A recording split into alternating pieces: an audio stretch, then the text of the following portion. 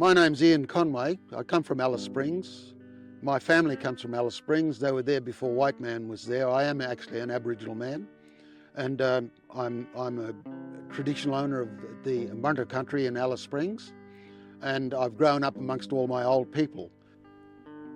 Way back when, I spent a lot of time with all the old Aboriginal elders around the place, the old men and so on, and one of them I was very close to. In fact, I would say that he was a mentor of mine. But the majority of the old blokes that I travelled with, and we went to ceremonial areas and sacred sites and stuff like that, and they performed corroborees and so on, but none of them could read or write. Helmut Parolje was the main man who represented the Wataka area, Wataka, which is Kings Canyon, and I spent a lot of time with him, and at the end of it all, he said, well, my son, he needs to be educated. Can you try and get him into a college down south somewhere? I said, well, that might be a bit difficult because I don't know how to do it or anything. I more or less promised it to him, said, yes, I will. And it was not too long later that he got killed. He was murdered. I thought, well, this is a time when I should be thinking about educating this son of Helmut's.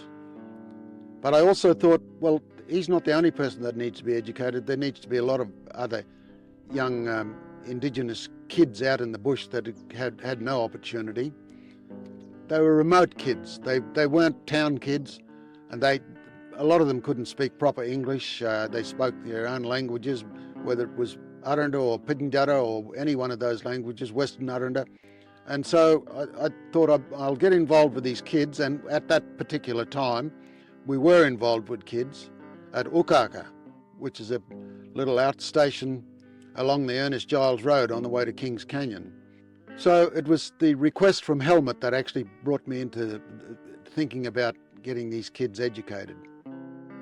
My wife is Lynn, and we more or less grew up together, and we've been together for well over 50 years now, and in fact it's coming up to our 50th wedding anniversary this year. Lynn's been by my side all that time, and she has fitted in with my environment totally.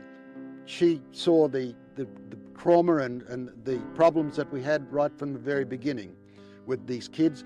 We actually established Kings Creek Station back in the late 70s, early 80s. When we first started there, for instance, Lynn lived with me under a tree. We had no money, so we had to start from scratch. And then we went from there to a caravan, and then we went from there to a tin shed and so on. So we've never done it easy, and I'm not looking for anybody saying, oh, poor bugger me. But all I want people to understand is that we come from that sort of background. We're ordinary Australians trying to do a job to bring all the people together, white and black. What inspired myself and Lynn, we spoke about it on a number of times on why we should educate Aboriginal kids, was we believe that every child in this country deserves an education. They also deserve to be an equal. And so that's what pushed Lynn and I into the environment of trying to educate these kids in the south. And the reason we sent them south was to get them away from the problems of Central Australia. Well, initially we thought we could do it on our own. We had no idea of how to create a charity or anything like that. And Lynn and I had money saved up in our bank account for our retirement. So it was our superannuation that we used initially. It was after the super very quickly disappeared that we thought, well, the only way we can do this is by getting money through forming a charity. We had 4 girls that started with this initially. Youngest was Annabella, who was 10 years old. And then there was Christine, Nikki. But they were the first ones, with the aid of the headmaster at Westminster School, who welcomed them with their open arms. We put them in there. But it was a problem to begin with because these kids had never been out of the bush in their lives, so we had to be really nurturing, and we had to have people who had some understanding of them. We found it very hard to find people that could nurture these kids, but on one occasion Lynn went from Adelaide to Canberra with a group of kids that were going to see the War Memorial, and a couple of our children were amongst them. But en route, while they were flying, she met a lady who was so enthused about having Indigenous kids in the school at Westminster. She wasn't a part of the school or anything, she was just a mum. And she asked if she could come and volunteer with us. And so she became a full-time volunteer for about 2-3 years. And we were able to get the kids up and running from there on. But we had a lot of difficulties getting the kids through first base.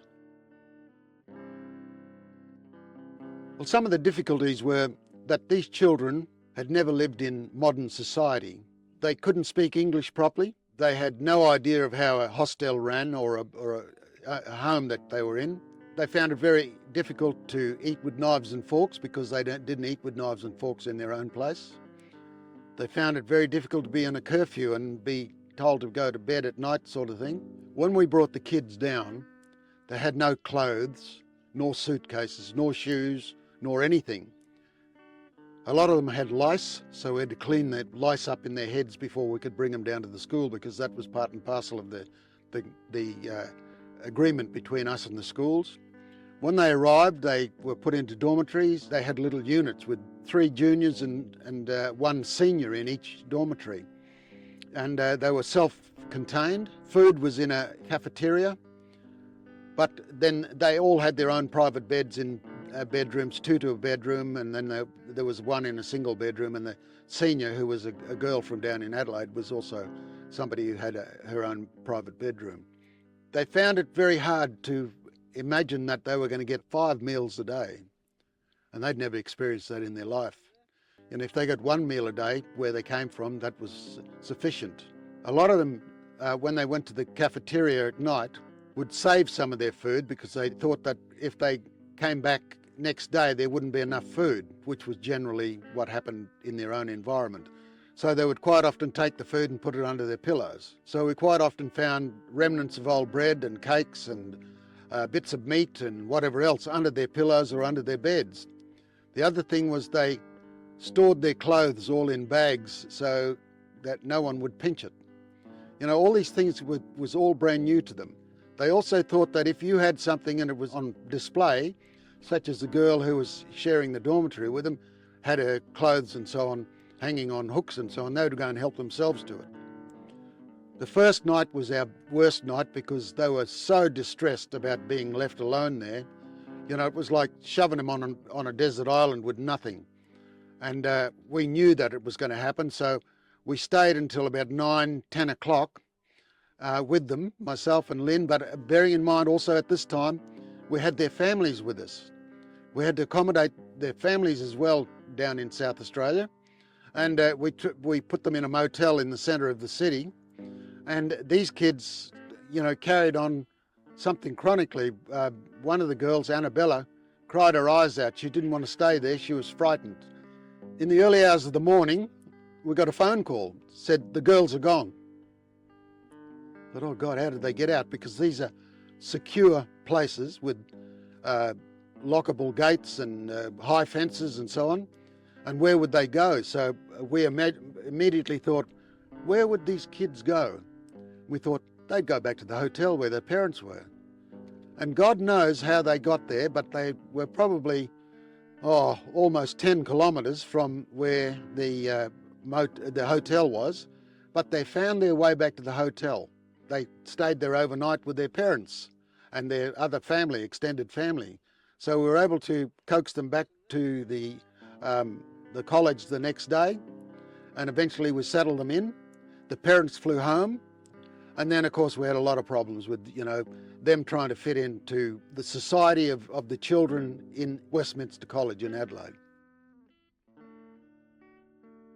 When these children left Central Australia, the teachers gave us their report cards and assessments of the standard of education that they'd had. In one instance, they said one of the girls had a grade 7 standard of education, and the others were a little bit lower than that. But when they got to Adelaide, they reassessed them in the college and found that the girls were not educated to even a grade 2 standard of education.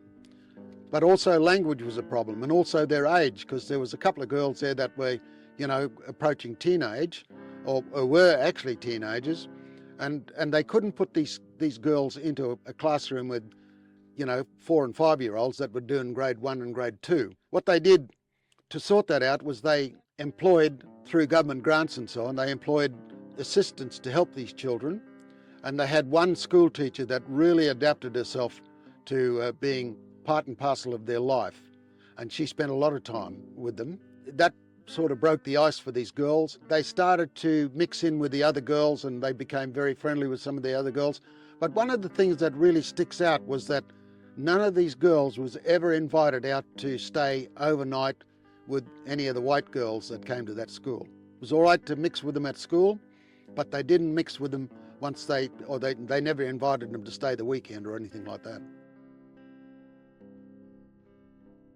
Westminster School were very good to us in that they did put in extra resources to complement the education, and not only that, but also teach these kids how to live in this sort of environment. It was totally strange to them.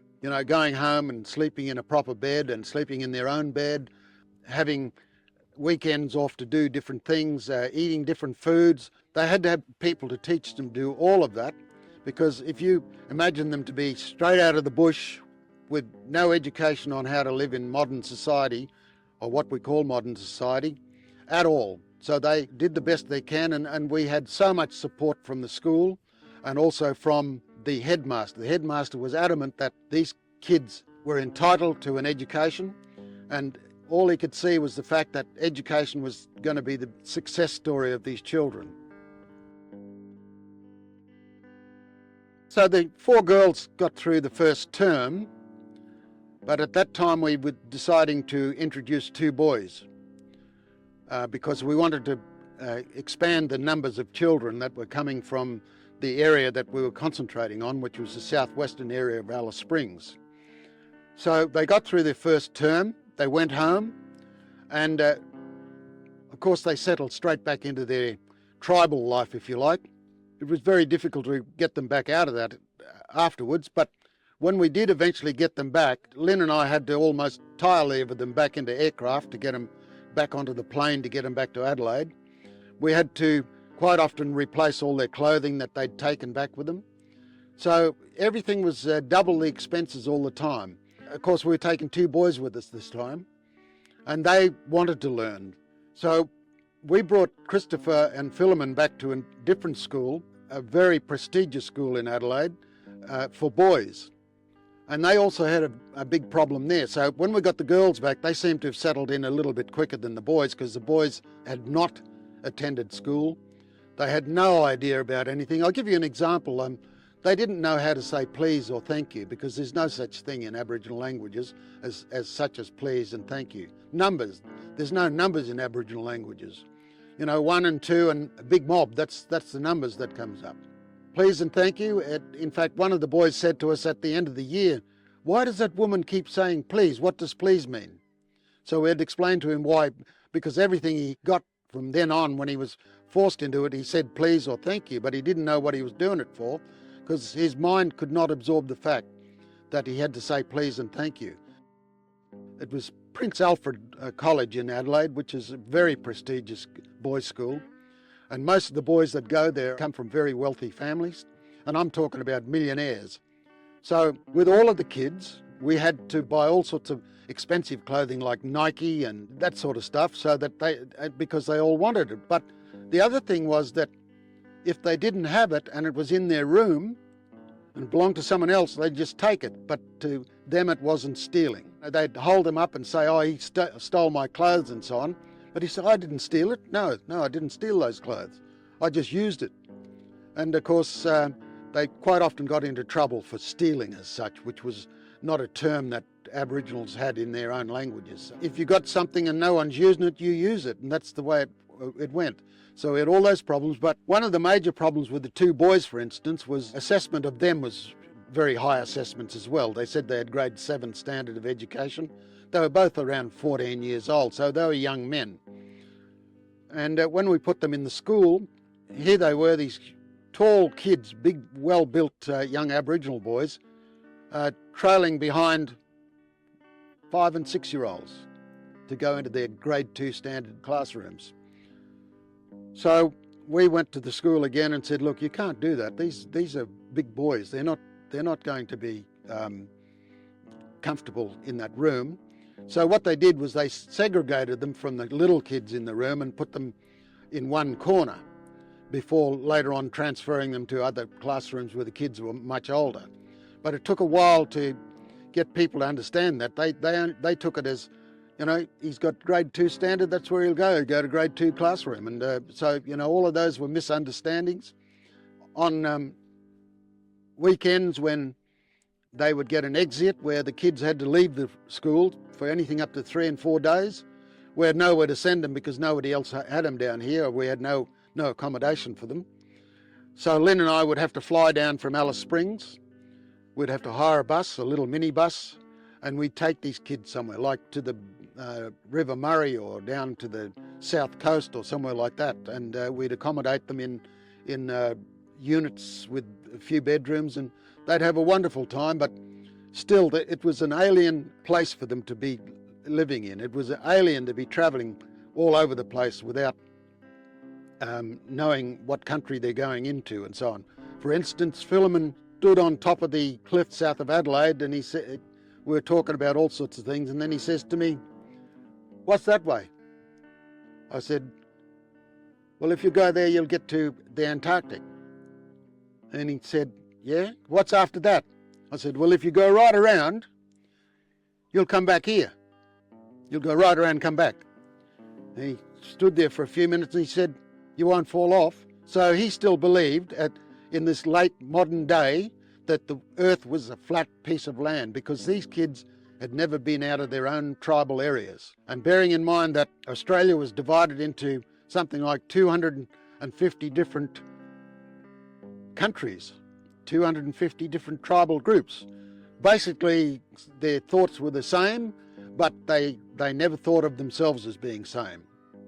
And so it was very difficult for these kids to adapt to this environment down here. Once Indigenous people in Alice Springs realised that there was an opportunity to send their children away to school, they all wanted to get them away from the what they call the humbugging of Central Australia. And so we were approached by all sorts of people. So over a period of time, we brought other kids down in here. And some of them were total failures. We had no idea how we were going to sieve them through the whole works, because some of them were so enthusiastic to begin with, and we didn't know that some of the kids had sort of psychological problems to some extent. We had to deal with all of that as we went along. And so over the full period of time, we ended up with 22 kids coming south.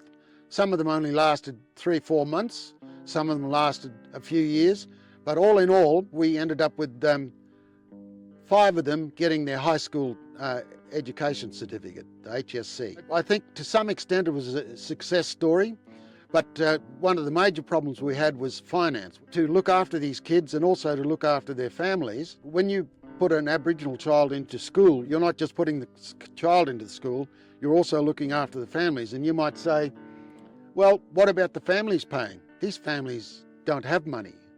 They don't have a cent, but they want to go and see where their kids go to school and so on. So we had to organise trips for them to Adelaide to see where the kids went to school and those sort of things.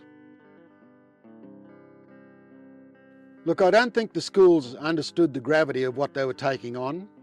And in fact, we didn't know either. It was something that was in my mind and in Lynn's mind to put these children into school because they deserved the opportunity to be educated in this first world country. And yet we had kids coming from third world conditions with no education at all. So I guess in a way it was a bit of a dream with us, but the dream was reality to us. We wanted these kids to be educated. But the people dealing with these children in South Australia, in these schools down south, found it very difficult to be able to cope with them. I'll give you an example. One night I was called to Prince Alfred. They said, "Oh, Christopher's been stealing." And so I went around there and they took Christopher up into this room overlooking the car park. The teacher was chatting to Christopher and I was chatting to Christopher, and meanwhile Christopher wasn't taking any notice because he was in his own mind. He thought, "I didn't steal that stuff. I just had a lend of it." and it was laying there, so why shouldn't I use it? So that was one of the things that the school couldn't understand, but at the same time, Christopher couldn't understand either, because he couldn't understand why they're dragging him upstairs and singling him out. But in the meantime, he's looking out the window. And as I said earlier, that this was a very wealthy school, and a lot of the boys who were going to that school in the high school, like high school students, were turning up in BMWs and Mercedes-Benz and whatever else, and that was their own cars. And you could see the look in Christopher's eyes, thinking, I'll never be able to do that, or will I be able to do that? At that instance that he was staring out the window, a boy turned up. He just turned 17, and Dad had bought him a brand new XR V8 Falcon Ute, you know, a big roaring car. You know, you could see Christopher looking out the window thinking, geez, I'd like to own something like that, but he'd never owned something like that. But here was a very wealthy kid. So here's this group of very poor children going to school with people that come from very wealthy families. In a way, I don't think they were totally accepted in that school either, like from the family side. I'd say that because they were never invited out to go with their best mates from school to go back to their homes. I don't think city folks really understand what's going on in Alice Springs and how these children are uneducated, and they don't understand these kids when we bring them down to schools. They've got a different way of life, you know. They smell different, they dress different, they talk different. You know, even when they dress nicely in their Nike clothes and so on, it's totally different watching some kid from down south here dressing in the same clothes, you know. They know how to keep themselves tidy and that sort of thing, whereas the Indigenous kids didn't. It was a terrible, hard life for these kids. People don't realise that this is what's going on at present. It's all well and good to say they've all got to be educated, but go ahead, let's see how you go about it, because you're going to have more difficulties than what I did, because we lived with Aboriginal people. I grew up with Aboriginal people. My own people were Aboriginals. You know, I understood them a lot better than that. So did Lynn. Lynn understood these kids. I understood these kids. But we understood where they were coming from. So there was no time that we actually reprimanded these children for the way that they thought. It must have been so confusing and so much turmoil in their minds that, you know, it was a psychological nightmare for these kids going to school. And then even going back home, we had a hard time trying to get them back on the aeroplane again to get them back down south. Because as soon as they'd go home, and especially if they had Christmas holidays where they were gone for 6-8 weeks, to get them back on the aeroplane, we had to do a big gathering session in Alice Springs with all our friends. We'd have to know where these kids were, then we'd have to go out and find them, clean them up, get rid of their lice once again, put new clothes on them because their old new clothes were buggered by that time. And then we'd have to put them on an aircraft. Quite often, after you put them on the aircraft, they'd come out of the aircraft and say, I'm not going. Then you'd talk them into going again. Then they'd say, no, I'm not going. And then you put them back on, no, I'm not going. And then maybe in the end you were successful in getting them back to school in Adelaide. With this program of closing the gap, there's no way that people, politicians and city slickers can actually help these Aboriginal kids to close or Aboriginal people to close the gap. It's got to be done by the Aboriginal people themselves, but the problem there is most of the adults are uneducated as well. So I guess what you've got to look at is the fact that maybe the adults need educating first before the kids, or with the kids. Because I've quite often been approached by adults and said, you're getting kids taught, can you teach me to read and write? No, I can't, because I'm not a teacher. And number two, how do I go about it? Is that only one person, or is that 10,000 people that want to be educated? I think education is the answer, there's no doubt about that. But the education doesn't start at reading and writing. The education starts on how to live differently, to live in houses, to shower regularly, to use a knife and fork, to be routine. And there's so many things in what they've got to teach these people. So closing the gap's pie in the sky. If I had to do it all over again, one of the things is I'd have to have a lot more help than what I did. Number two is I would get more people from Central Australia involved, and I would have to be very careful as to who I choose. They would have to understand Aboriginal culture and lifestyle. I'm not talking about walking around with a bowl of fire burning and smoking everybody. That's not the Aboriginal culture that I know. You know, there's just so many things that are now theatrical. We have to get rid of the theatrical activities of most of these people, and we have to think more positive. We need to educate the adults first, and also we need to put a lot of the adults back into their own country, because once they're removed out of their country like they are now, they are complete aliens and they misbehave. They don't look after somebody else's country. I mean, it's going to cost a fortune because, you know, as I said, there's hundreds of Aboriginal tribes in Australia. I'll give you an example. Years ago, a lot of the settlements had their own schools, they had their own kitchens, they had their own health services, they had their own work. Now, the work was mundane work. It was cleaning up the place, it was growing orange trees, it was fencing, it was cooking, it was the ladies looking after the kids in the school as teachers' aides, and so it went on.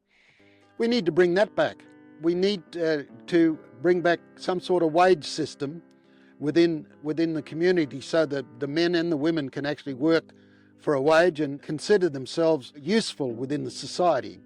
At the moment, they just rely on social security, and they will work. We've seen that amongst men that I've taught to muster, and the kids I've taught at Kings Creek Station when I was there. As the system exists today, we can't expect people within Aboriginal affairs and places like that who've got no idea about blackfellas being able to educate these kids and to close the gap.